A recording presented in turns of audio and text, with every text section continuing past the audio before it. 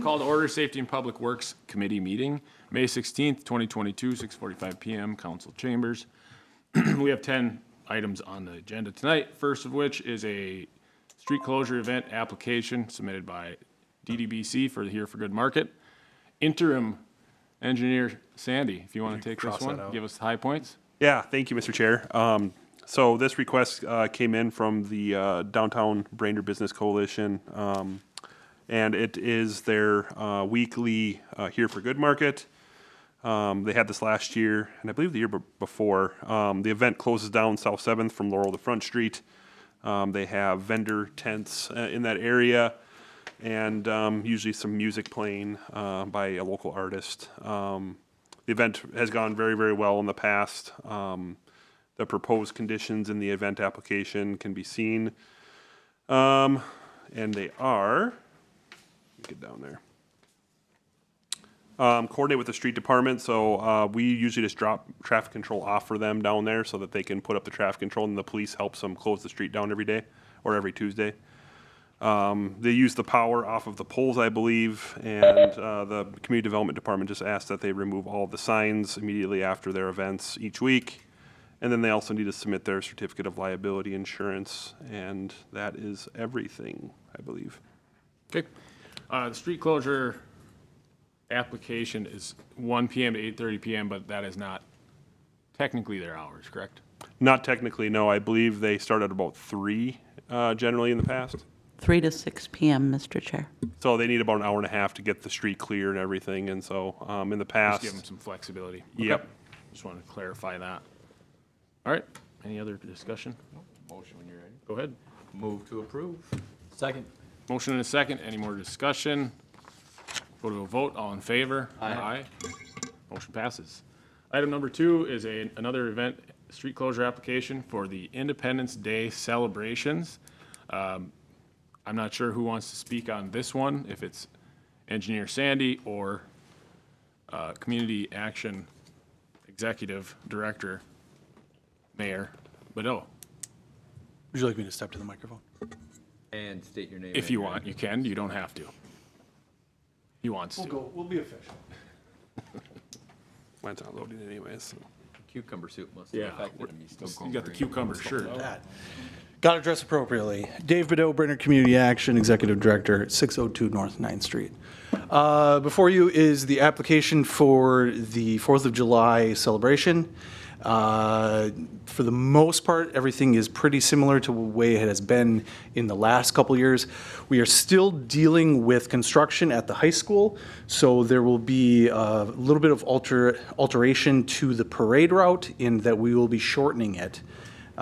Because South 5th Street will be tore up in front of the high school from Oak Street to Quince, we will be removing that portion from the parade as well as the rest of the portion, including East River, excuse me, not East River Road, but College Drive. So our parade route will be starting about at Mickey's, which will be Norwood Street, traveling north on South 5th Street, taking a left on Laurel Street, and then working its way down to the fire station, left there at East River Road, and then ending down behind the stadium. So shorter and also backwards. I have a feeling that we may continue to use this route in the future. There's a beautiful picture, as you can see, hand-colored by myself. The 2 yellow areas are the construction areas again this year. You can notice that we've included the area that is the new park down at P5, the Park, otherwise known as Mississippi Landing Trailhead Park, the park with a biography for a name. So what we're hoping to do is stage in the Gitchezebe. There is the potential for us to need to have Oak Street closed to the west of South 6th, so that little area there in front of the high school between Brainerd Savings and Loan and Lincoln School. All of that's supposedly going to be tore up, so they are going to fence that all off. It'll be all closed off. No one will be able to pass through there, and you can see on that map there, it does actually encompass that whole area along South 6th Street down to Quince Street. But our goal is to leave open College Drive this year. So we should be able to make something work with our staging up at the Gitchezee, our end staging, as well as additional parking down in the lower lot, and then making the transfer between the two. So in terms of the fireworks, they will take place down in the field again, and that will, we'll most likely not have seating on the high school hill again, as we have in the last couple of years because of the construction. We're working with the school district to talk about potentially getting a pathway for people to get down to the field because South Fifth will be torn up. It is going to be difficult for people to get around that. So we're hopeful that we can at least get a pathway for people to make their way down to the field from that side. But we still need to work details out with the high school.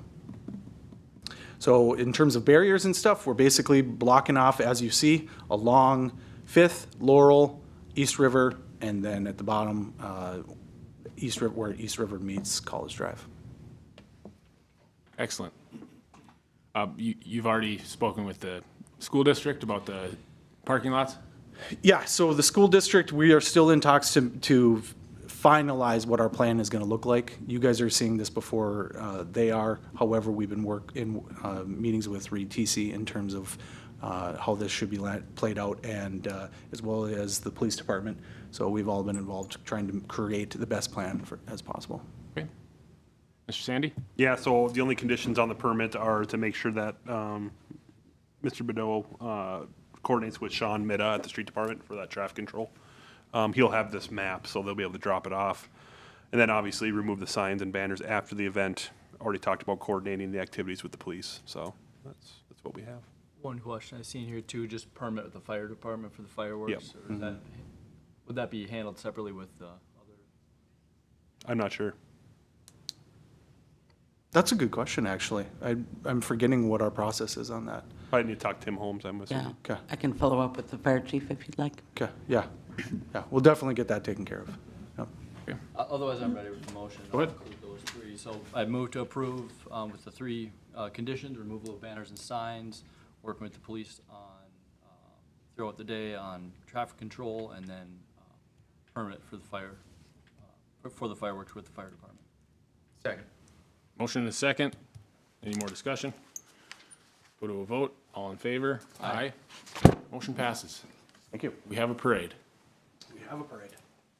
All right, item number 3 is a authorization of an agreement for engineering services with WSB for the Safe Routes for School.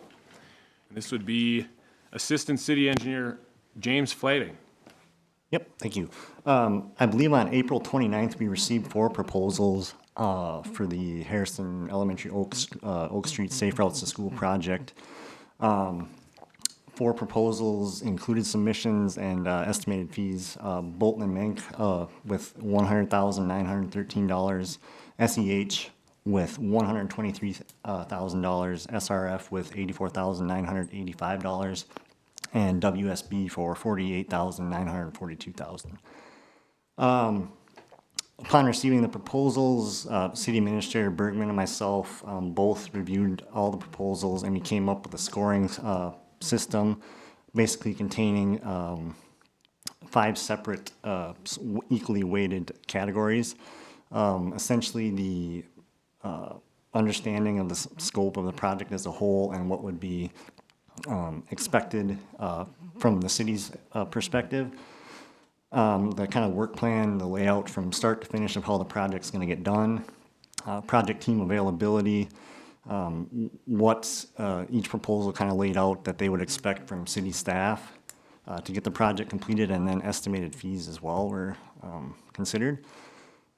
Based on the scoring, WSB finished with the highest score of 92 out of 100, with a project fee again of $48,942. These fees, just as kind of a reminder, are not eligible for the $500,000 MnDOT Safe Routes to School grant. They are, however, reimbursable through state aid, as Oak Street is a state aid route. And so, yeah, those fees would come back through a state aid account. Okay. Do you have any questions? Just question on, just the reasons for the wide swing in the proposal, the estimate? less hours were expected with the WSB one, compared to every other one, I guess. So the project cost for them is just down. Primarily just the labor cost. Right, yep. So, yeah, I assuming, you know, if they put that in the proposal, if they can get to that number, then we should be in good shape on that, I would say. Okay. Especially since it ranked the highest. Right, Yeah. yep. Okay, That's it for me. Got a motion when you're ready? go ahead. I move to approve the WSB proposal for design and construction services with a project fee of $48,942. Second. Any other discussion? Hearing none, go to a vote. All in favor? Aye. Motion passes. On to number 4. Accept bids for improvement 20-07, 2022 sanitary sewer collection system. Looks like this is another one that came under budget, I believe. Interim city engineer Paul Sandy, go ahead and fill us in on this one. Thank you, Mr. Chair. So, yeah, you're correct. The bids that came in for this project were significantly under what we were expecting. So in total, we got bids back on May 10th, as the agenda request says, but we received 3 bids, Michaels Corporation, S.J. Lewis Companies, and In Situ Form Technologies. The cost can be seen there with the low bid, or the apparent low bid being $360,550. The engineer's opinion of probable cost for the project was about $435,500. That represents bid costs about $67,000 under the engineer's estimate. The city budgets, we've been budgeting about $400,000 a year in our capital improvement plan for sanitary sewer rehab. Although over the last few years, we haven't really done a project per se with that money because we've been kind of taking our focus and getting a good grasp on our system and where the biggest issues of I&I are, so that we put our repair money in the most in the highest priority areas. And so this project came out as the most major repair priority out of our I&I study that was performed by SEH. Therefore, and we've been using that same study funding that we've had to get this design done. And so we've gotten a pretty good value out of this project, being we were under on the I&I study. We were able to move that money forward and actually get a project out of this, which is very beneficial. And so being that the project came in under budget, we do budget for this out of the sanitary sewer fund each year. And the project pricing is very, very, very good. Staff's recommending that we move forward with that contract with Michaels Corporation for that total contract amount of $367,550. And so that can get started here this summer. Great. Just to be clear, this is the project down underneath the trail through Rotary Park, correct? Yep. Great. Any questions? I guess, not to belabor this, but just also with this one, the swing and the difference between these proposals is pretty large. It looks like at the 2 areas I noticed it was a temporary flow conveyance, and then the CIPP lining. What is that? And can you elaborate on why that might be different? Yeah, so some contractors have better equipment. So the temporary flow conveyance is the pumps they use to bring the sewage from one end to the other while the pipe is getting lined.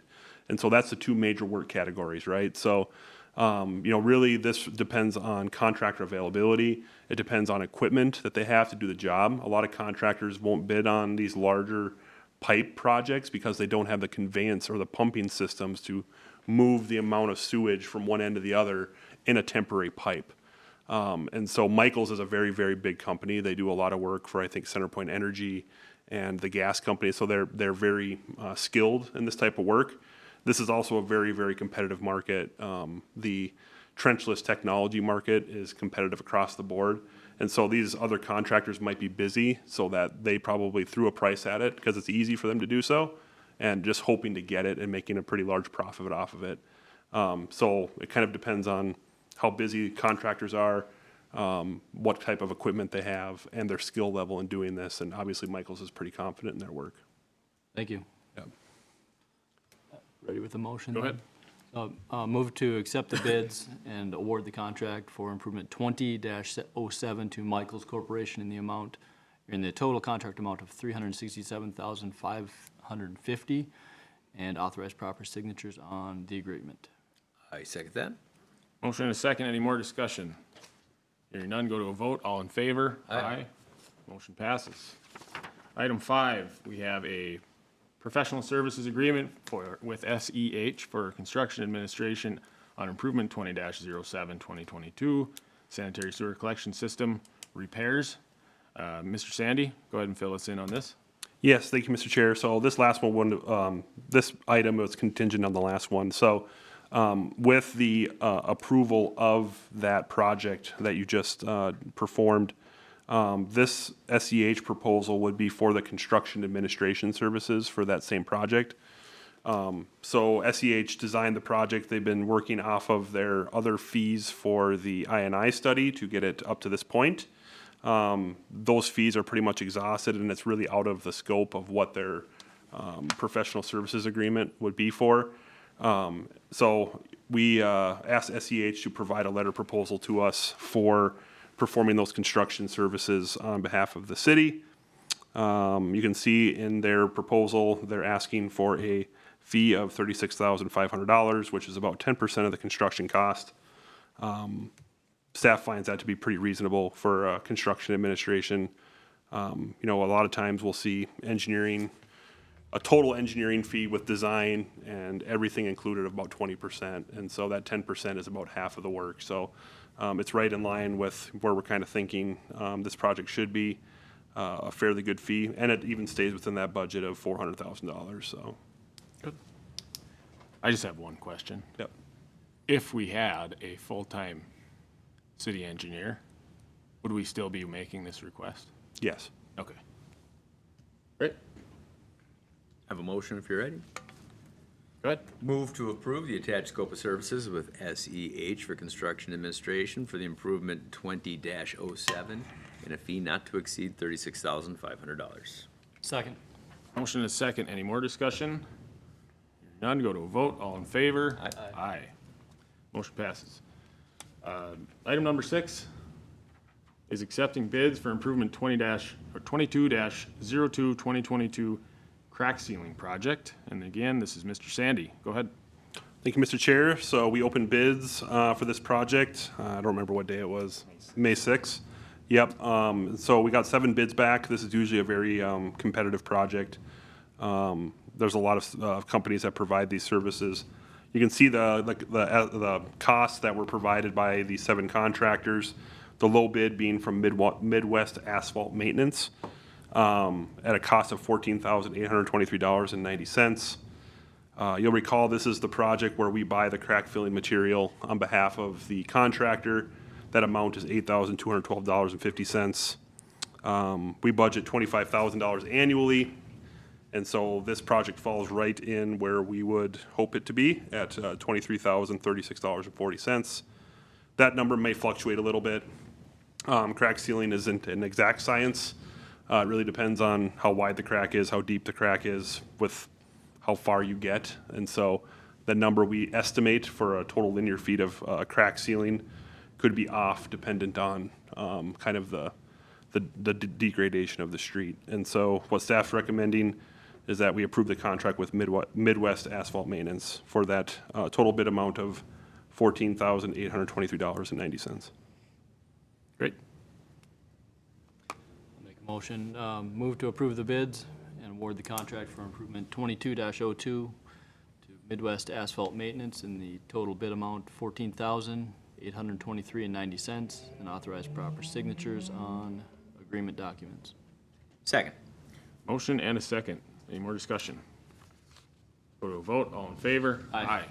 Motion passes. Number 7 is a resolution accepting bids for improvement 21-10 Greenwood Street Reconstruction Project. Another one for Mr. Sandy. Go ahead. You can see we've been very busy with bid openings. Yes. This was my last day of work, and so we had a very busy day. So this project is our Greenwood Street Reconstruction Project. We have been coordinating this with MnDOT on their South 6th Street project. And we solicited quotes from Knife River and Anderson Brothers for the, well, I think we actually did competitive bids on this. We got 2 bids back, Anderson Brothers and Knife River, both submitted bids. You can see Anderson Brothers was the apparent low bidder at $93,546.90. That's just to say that they did win the construction on South 6th Street, and so they did have a competitive advantage there.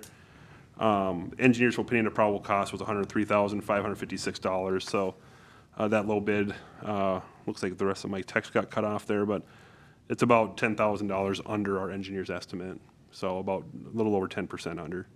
Good. Okay, pretty straightforward. Got a motion? Sure, got a motion. I move to adopt the resolution and accept the bids and awards, to accept the bids and award the contract to Anderson Brothers Construction Limited LLC, total contract cost of $93,546.90. Authorize the proper signatures on the agreement documents. Second. Motion and a second.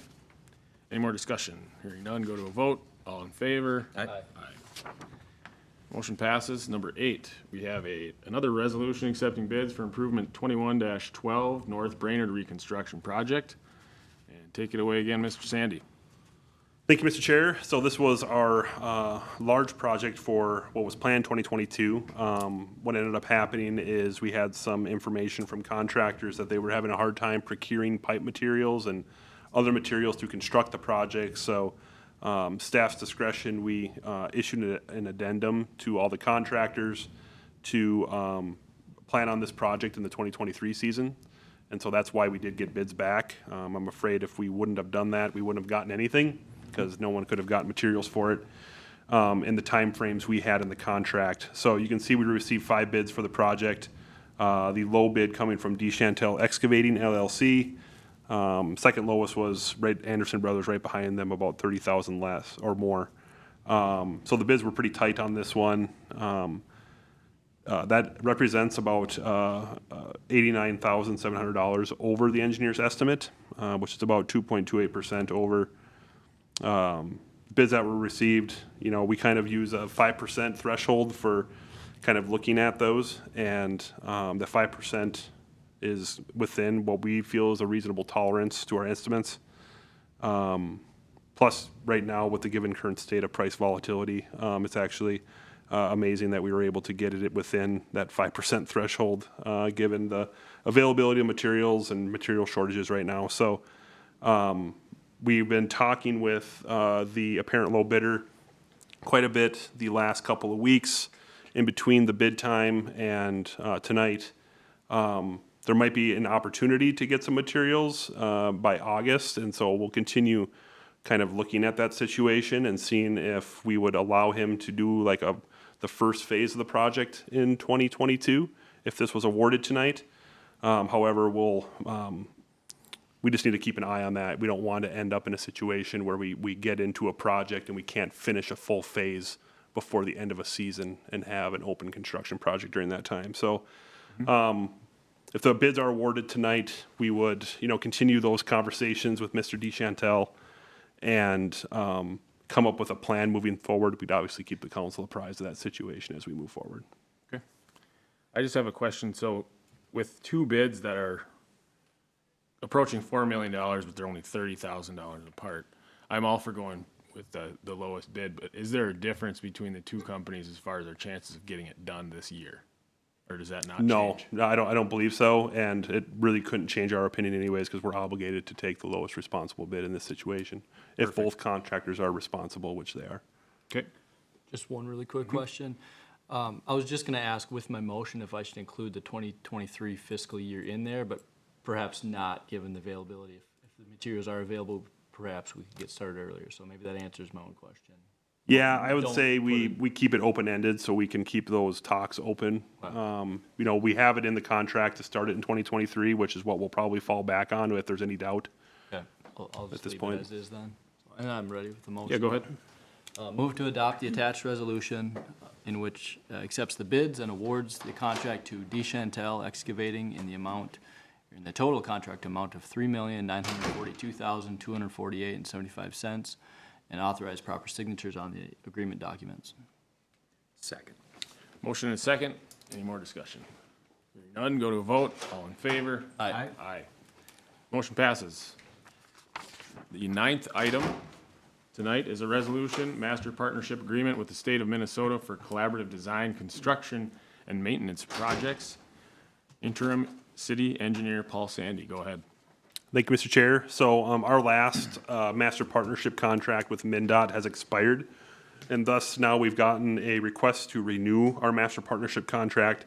This is a contract between the city and MnDOT to basically purchase services or goods from each other at a reduced cost, being that this agreement is in place.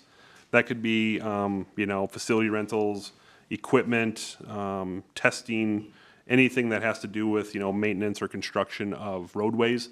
And so this agreement allows the city, the area, like I said, we use it the most is for materials testing. Most of our projects have a portion that's called quality assurance.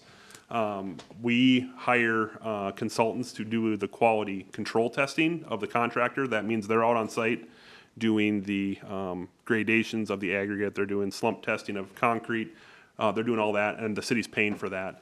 On state aid and federal work, MnDOT has specifications that they need to do quality assurance testing, and they do that at their lab right here in District 3. And so that's an area where this agreement is used quite frequently, is MnDOT is able to direct bill us for their costs, just basically the labor costs to do the testing by use of this agreement. So that's the area that we do use this a lot. There's other things that we could use this for. For example, if it would ever come to a day where MnDOT needed assistance plowing snow or doing something, or vice versa, where the city, we could utilize this agreement to just do work orders back and forth instead of going through a process to enter into an agreement with MnDOT at the next council meeting or whatever. This would allow staff to basically negotiate costs between the two in case of an emergency or something. So there's a lot of different ways this could be used. There is a schedule of items in Exhibit A that this agreement could be used for, but it's basically a master agreement between the city and MnDOT that kind of covers, from a liability perspective, both MnDOT. If this were used, it covers the city and MnDOT from a liability perspective more than anything. Good. Makes sense to me. I get a really quick question. Yeah. So do we not already have this, or is this just renewing? We're renewing it, yeah. Yep, so we've had this for a long time, and it comes in useful mostly for the materials testing standpoint. They do like plant inspections for us, bituminous plants and concrete plant inspections, and then we just utilize their data a lot of times, so it does come in quite handy for us. Thank you. Anything else? Got a motion? I'll move to approve. Move to recommend adopting the attached resolution, entering into the master partnership contract with MnDOT. Second. Motion and second. Any more discussion? Go to a vote. All in favor? Aye. Aye. Motion passes. Our final item is the direction on active code enforcement. We're gonna start doing these, I believe, the second meeting each month, where we have a group. Last time I was on Zoom, we didn't really do a whole lot of discussion on this. I wanted to make sure that you guys saw the memo, kind of what we discussed at the agenda meeting, and see what you guys thought of the direction. So I'm gonna let Active Community Development Director James Kramvik walk us through some of these. If you just want to kind of hit the high points, basically what's on the memo or whatever else you want to add in. Okay, thank you, Mr. Chair. So yeah, like Commissioner O'Day had indicated, I'm going to be creating a memo that, and I sent emails out to Councilmember Erickson and Pritchett as well, creating memos here that gives you a breakdown of what we've been doing for citations for each property. So the first two are very similar. Both of them were complaint-driven. 1889 Graydon Avenue is one that we are bringing back to Safety and Public Works. The direction was to send out a 10-day order to correct. They still did not correct the violation, which was improper vehicle parking in the front lawn. As you can see, this one's been going on for quite some time. 423 Bluff Avenue is one that was just brought to our attention this spring by a complaint. This vehicle is unlicensed. It's gone through the notice of violation, as well as 3 citations. And we have not heard anything from the homeowner. This vehicle is parked in the driveway, but did receive a complaint. So with these recommendations here, this was based on also consulting with the city attorney. Essentially is sending another 10-day order to correct violation letter, and indicating within that order to correct that the city would begin potentially working with the city attorney for abatement of the vehicle.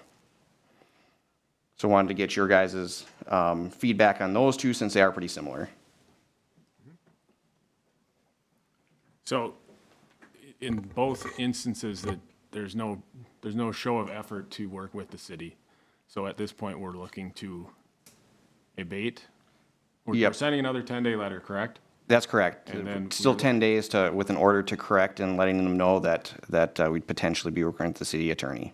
Yeah. Okay. So we're not 100% abating. We're only doing that if our attorney says that that is okay. Yep. Okay. I think that's a good course of action. Okay. Agreed. Okay. So the next one was also a complaint-driven property. You can see this property has had a number of code enforcement cases since 2018. Right now, we do not, it is a rental. It's not licensed this year as of yet. Did receive a complaint about garbage. If you want to show the picture, Sean.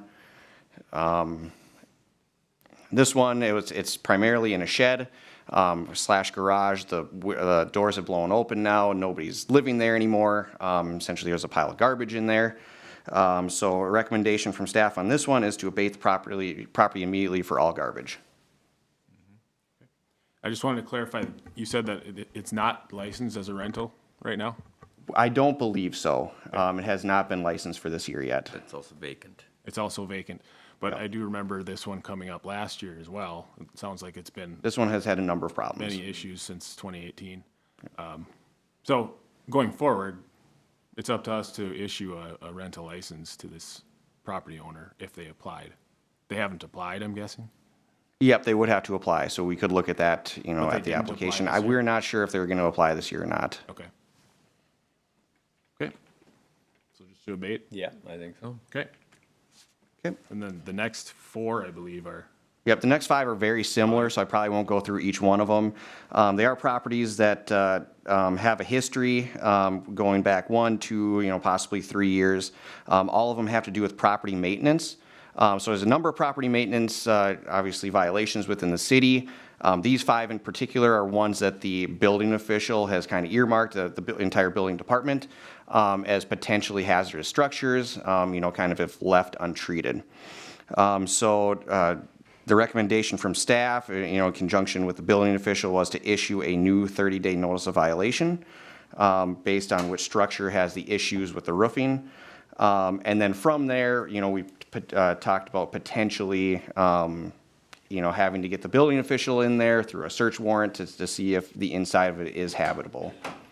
But as of right now, the building official did want to just issue a new 30-day notice of violation. okay. I remember there was one example where the roof had been brought up as an issue. Was it the first one? It was brought up back in 2016. They've used the River to Rail initiative basically to renew permits to replace the roof, and then haven't used it. But as long as they're under a permit, we can't necessarily do much about it. But how long do we allow, under that River to Rail initiative, how long do we allow, how many times do we allow them to apply for a permit and then not use it? That was my question, if we could look into that. Yep, I think we are going to be talking about that at the next meeting. Okay, perfect. Yep. So with these, we're sending in the building official to determine whether or not these are habitable. Yep, so with this one, the building official did want to start with a 30-day notice of violation, and then it's potentially something we'd bring back to SPW if we haven't heard anything from them, to probably look at getting an administrative search warrant to look at the interior portion of it. Okay. So just because these weren't complaint-driven, that's why we're bringing it forward. Some of them were, though. There, the shed on 1720 Laurel was complaint-driven, so we did send out one for that. Okay. Yeah, Any that issues sounds, with those? no, that Okay. sounds reasonable. Trying to kind of establish a precedent as we start the new system, so it's kind of where we're at right now, but I feel like that's the best way to go. Okay, Okay. so a motion going forward would just be to Follow staff recommendation. follow staff recommendation on the memo. So move. Second. Motion is second. Any more discussion? Hearing none, go to a vote. All in favor? Aye. Aye. Motion passes, and we are adjourned.